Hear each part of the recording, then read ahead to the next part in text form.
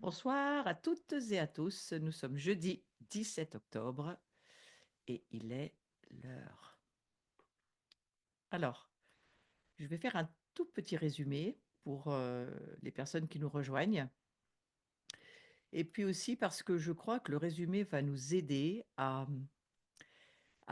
plonger dans l'histoire dans laquelle nous nous trouvons. Et en fait, je vais juste revenir sur le fait de pourquoi est-ce qu'on parle de la sacrificature et puis de la scène où, on va appeler ça le repas du Seigneur, hein, on peut appeler ça aussi l'Eucharistie.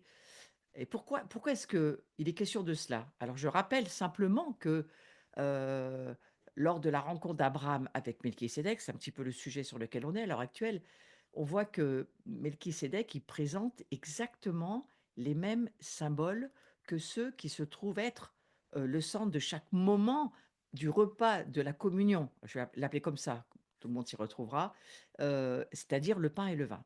Et ce fil rouge, il nous conduit évidemment hors du temps et hors de l'espace, puisque Melchisédek n'a ni commencement ni fin. Et on a tout de suite dans la pensée, alors quel est celui qui n'a ni commencement ni fin, si ce n'est le Seigneur Jésus. Donc c'est évidemment là où on fait les liens. Il est question donc de l'éternité. Melchisédek provient de l'éternité. Et tout de suite dans notre pensée, on se dit, ah oui, et donc l'agneau immolé avant la fondation du monde, c'est-à-dire, éternellement déjà là. Vous voyez, ces mystères qui sont là, eh bien forcément, on y pense aussi dans le cours que nous abordons. Alors Melchisédek, il offre le pain et le vin à Abraham. C'est pas Abraham encore, hein, je redis que c'est Abraham, parce que lui, il rentre victorieux, on l'a vu la dernière fois, avec toute son armée et puis on a vu toutes ces représentations artistiques, hein, très intéressantes de la manière dont on a essayé de représenter ce moment fort important. Donc on voit qu'ils partagent, le pain et le vin ensemble et en général, c'est sur les peintures ou les représentations, les mosaïques, on voit qu'Abraham est là, souvent il se courbe devant Melchisédek qui est le roi de Salem, roi de paix, roi de justice et le Melchisédek et on voit que, Melchisédek, eh bien, lui, il offre, hein, il partage le pain et le vin, on l'a vu la dernière fois et on voit aussi qu'il n'est pas seulement question de partager le repas, mais il est question de sacrifice. D'ailleurs, les œuvres artistiques sont appelées comme ça. On l'appelle aussi le sacrifice de Melchisédek ou le partage du pain et du vin. Ou encore, on a vu aussi la bénédiction de Melchisédek sur Abraham. On a vu tous ces visuels très intéressants. Et je vais juste revenir un tout petit moment sur Genèse 14-19. Verset très connu, on va le relire. Quand on voit, Melchisédek, il bénit Abraham et il dit: «Béni soit Abraham par le Dieu très haut, maître du ciel et de la terre. Béni soit le Dieu très haut qui a livré tes ennemis entre, tes mains». Et Abraham, qu'est-ce qu'il va faire? Il va lui donner la dîme de tout. On a le résumé de ce que nous, d'une certaine manière, on vit aussi, aujourd'hui dans notre relation avec le Seigneur. Donc il y a donc une alliance qui est faite entre Melchisédek et Abraham. Parce qu'il est question d'alliance, bien sûr, là. Quand on amène le pain et le vin, quand on parle de sacrifice, quand on parle de partager la bénédiction, bien oui, on est en train de parler d'une alliance.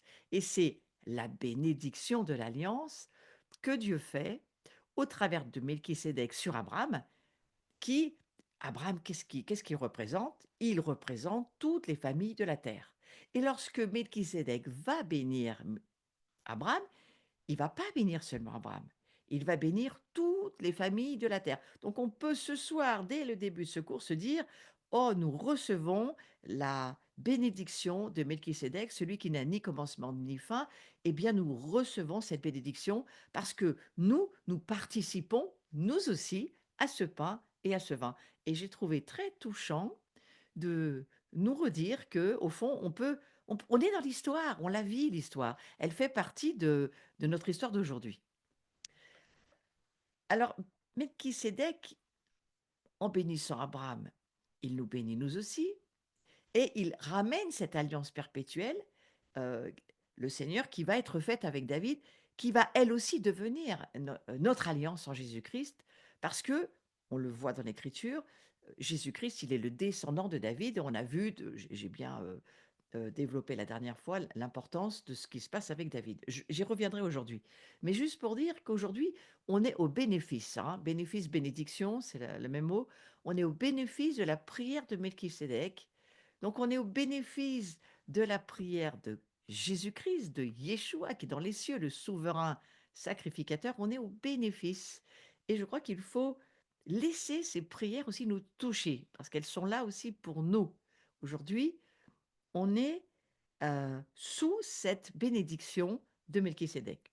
Donc le plan, c'est un petit résumé que je vous refais, que je me refais à moi-même, le plan de rédemption que Dieu sera, euh, que Dieu fait, il sera accompli quand toutes les nations de la terre seront bénies par Israël et par le reste des autres peuples du Moyen-Orient réconciliés avec Israël. J'ai parlé de cette route d'Ésaïe 19, hein, ce plan que Dieu va conclure, ces alliances avec lesquelles Dieu va conclure euh, avec Israël.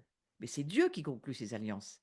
Et toutes ces alliances, il les conclut avec le peuple juif, pas avec quelqu'un d'autre.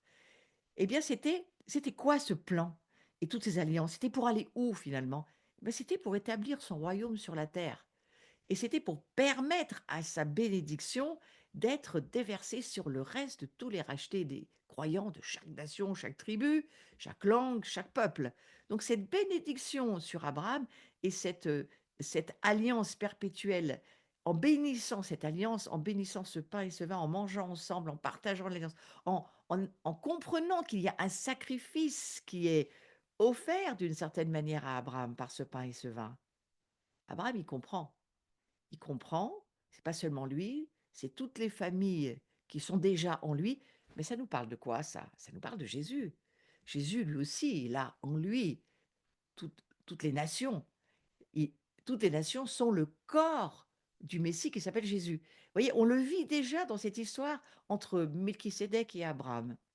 Et on voit que l'acceptation de la destinée d'Israël, parce que je redis bien que le plan de rédemption de Dieu, il sera complètement accompli quand toutes les nations de la terre seront bénies. Bénies par Israël et par les autres peuples du Moyen-Orient. Oui, on va aller, là on sent derrière Ésaïe 19, hein, béni soit l'Égypte, mon peuple, la Syrie, œuvre de mes mains, Israël, mon héritage, parce que ensemble vous allez aller adorer à Jérusalem. Voyez, où est-ce que tout nous ramène? À Jérusalem, c'est là où nous revenons tous. Où est-ce que Jésus va remettre ses pieds? Sur le mont des Oliviers à Jérusalem. C'est là où Jésus revient. Il est parti, mais il revient au même endroit d'où il est parti. Donc c'est vraiment là où il revient. Mais tout nous ramène à Jérusalem. Eh bien, c'est déjà dit dans cette histoire avec Melchisédek et Abraham. Et en fait, j'insiste, hein, parce qu'il faut le comprendre. Et dans l'initiation à la nouvelle création, je crois qu'il faut le comprendre cela. Ça fait partie de notre histoire, ça fait partie de vous voyez, moi, mon histoire, elle commence pas, je sais pas moi, à la naissance de Jésus, dans la crèche, hein, c'est pas du tout ça. Notre histoire, elle commence bien avant et dans l'initiation à ce peuple, nouveau, recréé en Melchisédek, vous comprenez que c'est important d'y revenir et puis de comprendre que c'était déjà dans le cœur de Dieu bien avant l'arrivée de Jésus dans la crèche, hein. Alors, je reviens sur l'idée que l'acceptation de la destinée d'Israël, vous voyez aujourd'hui comme il faut se positionner par rapport à Israël, c'est extrêmement important parce que c'est cette acceptation de ce que Dieu a décidé pour Israël, eh bien, ça va entraîner la libération par le Seigneur d'un déversement universel de bénédiction divine sur toute la nation de la terre. On va dire qu'on va parler d'un grand réveil à la fin des temps. Joël va aussi le prophétiser. Et cela en fait partie. Et ça nous permet de le comprendre d'une manière beaucoup plus claire. Donc Dieu va mettre sa bénédiction sur les sacrificateurs. Parce que vous comprenez bien que Melchisédek, c'est un sacrificateur.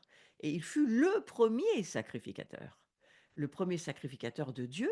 Et on voit que la sacrificature, elle va continuer, j'en ai parlé la dernière fois, pendant la dispensation de l'Église, il n'y a absolument aucune, jamais aucune interruption.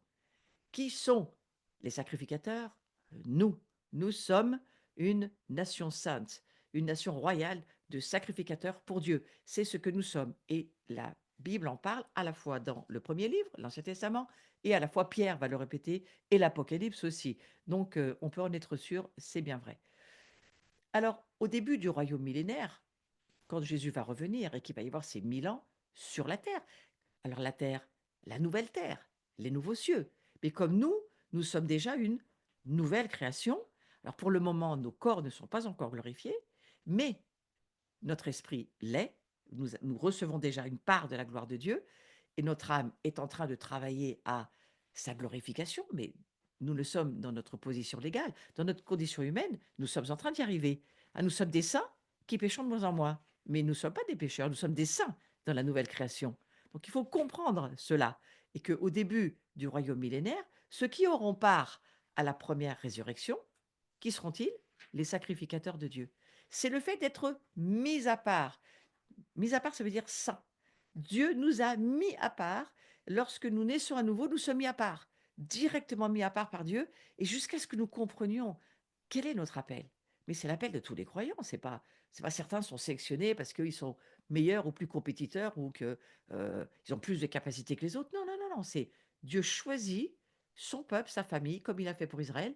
Et j'ai bien aimé, si vous avez regardé hier soir, on va dire cette fête de Soukhot, combien les choses étaient tellement, impressionnantes pour nous dans la révélation. Par exemple, le loulave, je reviens à ce que écoutez, allez voir si vous n'avez pas regardé cette soirée, c'était très intéressant, mais David Bouillon nous expliquait que le loulave, c'est eh bien, justement, c'est l'association de toutes les caractéristiques des juifs. Alors, les bons, les moins bons, ceux qui sentent bons, ceux qui sentent pas bons, ceux qui écoutent pas, ceux qui font rien, enfin, voilà. Ils sont tous mis ensemble et puis il y a personne qui est mis hors de cette, gerbe du loulave, c'est-à-dire, c'est la représentation de tous les juifs, ouais. Eh bien, la même chose pour nous dans le corps de Christ. La grâce, c'est quoi? Eh bien, c'est Dieu qui sauve. Il sauve des pécheurs, il les sauve et il attend pas que on est on soit arrivé à la fin de notre sanctification pour dire: «On est sauvé». Oui, il faut y travailler. N'empêche que on est quand même déjà sauvé quand on accepte Jésus. Alors il y a un mystère là encore, hein. Bien sûr qu'il y a plein de mystères, puis on n'a pas toutes les réponses, mais quand même, c'est intéressant de se dire que nous sommes mis à part pour être des sacrificateurs et le père de toute la sacrificature, eh bien, c'est Melchisédek. Et quand on lit le livre des Hébreux et qu'on se dit qu'on va revenir dans la recréation, on est réincorporé, c'est comme ça que je le comprends, dans la nouvelle race de Melchisédek. Jésus, il est ressuscité de la race de Melchisédek. Ni commencement ni fin, roi de paix, roi de Salem. Et lui, il est la tête, nous sommes le corps. Enfin, c'est quand même assez extraordinaire de se dire que c'est le plan de Dieu, ce plan de rédemption. Et c'est pas seulement un plan de rédemption pour ne plus pécher, mais ça va bien au-delà. C'est un plan qui nous amène à voir la destinée d'Israël, combien nous aussi nous sommes greffés sur ce qui se passe avec Israël, forcément, puisque Jésus est juif, parfaitement juif dans les cieux, parfaitement homme, mais parfaitement Dieu. Donc là encore, il y a toute cette relation, forcément, cette relation avec Israël. Et en tous les cas, c'est intéressant de se dire aussi que, eh bien, la sacrificature continue au travers de chacun de nous. Et donc ceux qui auront part, j'y reviens à la première résurrection, eh bien, ils seront, on va le mettre au pluriel, les sacrificateurs de Dieu et de Christ. Et la Bible est très claire, et c'est là-dessus que j'ai plus ou moins terminé la dernière fois, mais nous, nous allons régner pendant 1000 ans. Vous en êtes sûr? Alors, allons lire, relisons, nous l'avons déjà lu la dernière fois, mais j'y reviens. Apocalypse, chapitre 20, verset 6, parce que c'est tellement important. Heureux et saints, et il y a pas marqué heureux et pécheurs. Ça, c'est pas possible. Ça ne peut pas rentrer dans la copie. Ah, c'est heureux et saints, ceux qui ont part à la première résurrection. Et si vous n'avez pas compris qui vous êtes en Jésus-Christ, si vous n'avez pas la révélation que nous sommes plus d'une vieille nature de pécheur, mais que nous sommes devenus une nature divine et que nous sommes en nous-mêmes, dans notre être intérieur, par l'identification à la mort et à la résurrection de Christ, nous sommes maintenant des saints qui péchons de moins en moins. Vous auriez jamais pensé que ce verset s'adressait à vous. N'empêche qu'il s'adresse à vous, mes amis, hein. Donc heureux et saints sont ceux qui ont part à la première résurrection. Faites un sourire dans les cieux, c'est quand même grâce à Jésus. Et la seconde mort n'a point de pouvoir sur eux. C'est de nous dont il est question. la seconde mort n'a pas de pouvoir sur nous. Et mes amis, il faut le croire, il faut le méditer jusqu'à ce que ça ne reste pas une information, mais que ça devienne une révélation. Pourquoi? Parce que lorsque cette révélation, ça y est, produit son effet, vous avez encore un poids de gloire encore plus grand au fond de vous, parce que c'est cela que ça produit. Je vous rappelle que la gloire avance au travers des révélations. Chaque révélation nous transforme. Oui, chaque révélation amène une guerre spirituelle, c'est clair, mais chaque révélation nous transforme. Alors, quand une révélation arrive, attendez-vous à la persécution, mais sachez que c'est pour vous rendre fort. Et si épreuve il y a, c'est parce que c'est pour nous transformer. Dieu est en contrôle, ne l'oubliez jamais. Mais je finis le verset. Ils seront, c'est toujours de nous dont il s'agit, au verset 6, ils seront sacrificateurs de Dieu et de Christ et ils régneront avec lui pendant 1000 ans. Bon, discutez pas, c'est la Bible qui le dit, on ne discute pas avec la parole de Dieu. Donc Christ va ouvrir une nouvelle voie pour que une nouvelle race voit le jour. Vous voyez, cette fameuse route dont il est question dans le livre des Hébreux, voilà, il va ouvrir une nouvelle route et puis cette route, elle est maintenant ouverte, accès ouvert pour tous ceux qui croient dans le Christ. Et c'est la nouvelle création, je nous le redis, qui est créée en Christ, en Yeshua, hein, c'est la même chose, on peut le dire. Alors moi, des fois, j'aime bien le dire en hébreu, ça change un peu. Après, on peut le dire en français, on peut le dire en arabe, et c'est la même chose, c'est Jésus-Christ, et c'est la nouvelle création qui est créée en Christ de la race de Melchisédek. Faites le lien avec tout ce qu'on est en train de voir concernant Abraham et Melchisédek. Alors, on revient à David, j'en ai aussi un petit peu parlé la dernière fois, c'était sur la fin de l'enseignement, le psaume 110, il commence en donnant une parole de Dieu, le Père, à Dieu le Fils. Et donc David va prophétiser en parlant de la part de Dieu le Père s- au, à son Fils. C'est ça qu'il dit, le psaume 110, au verset 1, parole de l'Éternel à mon Seigneur, c'est ça que ça veut dire, hein. Donc le Père va dire à son Fils, mais c'est David qui prophétise, assieds-toi à ma droite. Donc si vous ne saviez pas où était Jésus, vous avez l'info, hein. Jésus est assis à la droite de Dieu. Il y a des gens qui disent: «Ah mais Jésus, il est en moi». Non, Jésus est assis à la droite de son Père, il est toujours parvenu. Donc laissez-le bien où il est pour le moment, puis il a beaucoup de choses à faire dans son sacerdoce royal de grand souverain sacrificateur. Par contre, nous avons l'Esprit Saint en nous qui est là pour nous aider à vivre tout ce qu'on a à vivre. Donc faites plus les prières: «Seigneur, m'abandonne pas, sois avec moi». C'est sûr, je vous promets, l'Esprit Saint, il est en nous et il n'est pas question qu'il s'en aille. Il a pas du tout, ce plan-là. Donc on peut passer à autre chose là encore. Alors voilà ce qu'il dit: «Assieds-toi à ma droite jusqu'à ce que je fasse de tes ennemis ton marchepied». C'est le père qui dit ça au fils. Il lui dit: «Voilà, tu es assis et maintenant, voilà, tous tes ennemis, ça va être». Alors je me suis souvent posé la question, ton marchepied, comment ça fonctionne selon vous? Moi, ce que j'ai compris, c'est pour, descendre sur la terre pour revenir. Qu'au fond, il est déjà en haut. Alors un marchepied, en général, c'est soit pour monter, soit pour descendre. Enfin, c'est un escalier, quoi, un marchepied. Donc moi, ce que je comprends, c'est que c'est pour descendre. Et vous voyez, il est dans les cieux et lorsque ça va être l'heure et qu'il y aura l'escalier, fait par le dos de ses ennemis sera achevé. L'accomplissement de ce qui s'est passé sur la croix sera achevé sur la terre, le plan de Dieu sera achevé, eh bien, Jésus va descendre. Moi, c'est comme ça que j'ai vu les choses. Je sais pas comment vous le voyez, mais moi, je me suis dit, mais forcément, il descend, puisqu'il revient vers nous. Enfin, voilà. Et verset 2, l'Éternel, vous n'êtes pas obligé d'être d'accord avec moi, hein, vous avez le droit de réfléchir aussi, hein, mais moi, voilà, je me suis dit ça en tous les cas. L'Éternel étendra de Sion le sceptre de ta puissance domine au milieu de tes ennemis. Qu'est-ce que c'est en train de nous dire ça? Eh ben, pour le moment, c'est la guerre, hein, parce que si Dieu vous regardait dans les yeux et vous disait: «Domine sur tes ennemis», ah, bah, si tu pensais pas que tu avais des ennemis, maintenant tu es au courant et maintenant ce que Dieu te dit, c'est qu'il faut que tu domines sur tes ennemis et Dieu sait s'il y en a des ennemis, hein, en nous, autour de nous. Donc j'ai fait 2 très bon enseignement. Franchement, je me suis réécoutée, je me suis intéressée moi-même sur, les fondements de la délivrance et domine sur tes ennemis. C'était ma journée de samedi. Si vous n'avez pas pu, y participer, ça y est, c'est en replay. Et ce sont 2 enseignements très intéressants parce que si vous n'avez pas compris qui sont vos ennemis, j'ai bien peur que vous n'arriviez pas à marcher dans la victoire. Les ennemis sont à l'intérieur de nous et ils sont aussi à l'extérieur de nous, donc il faut faire la différence.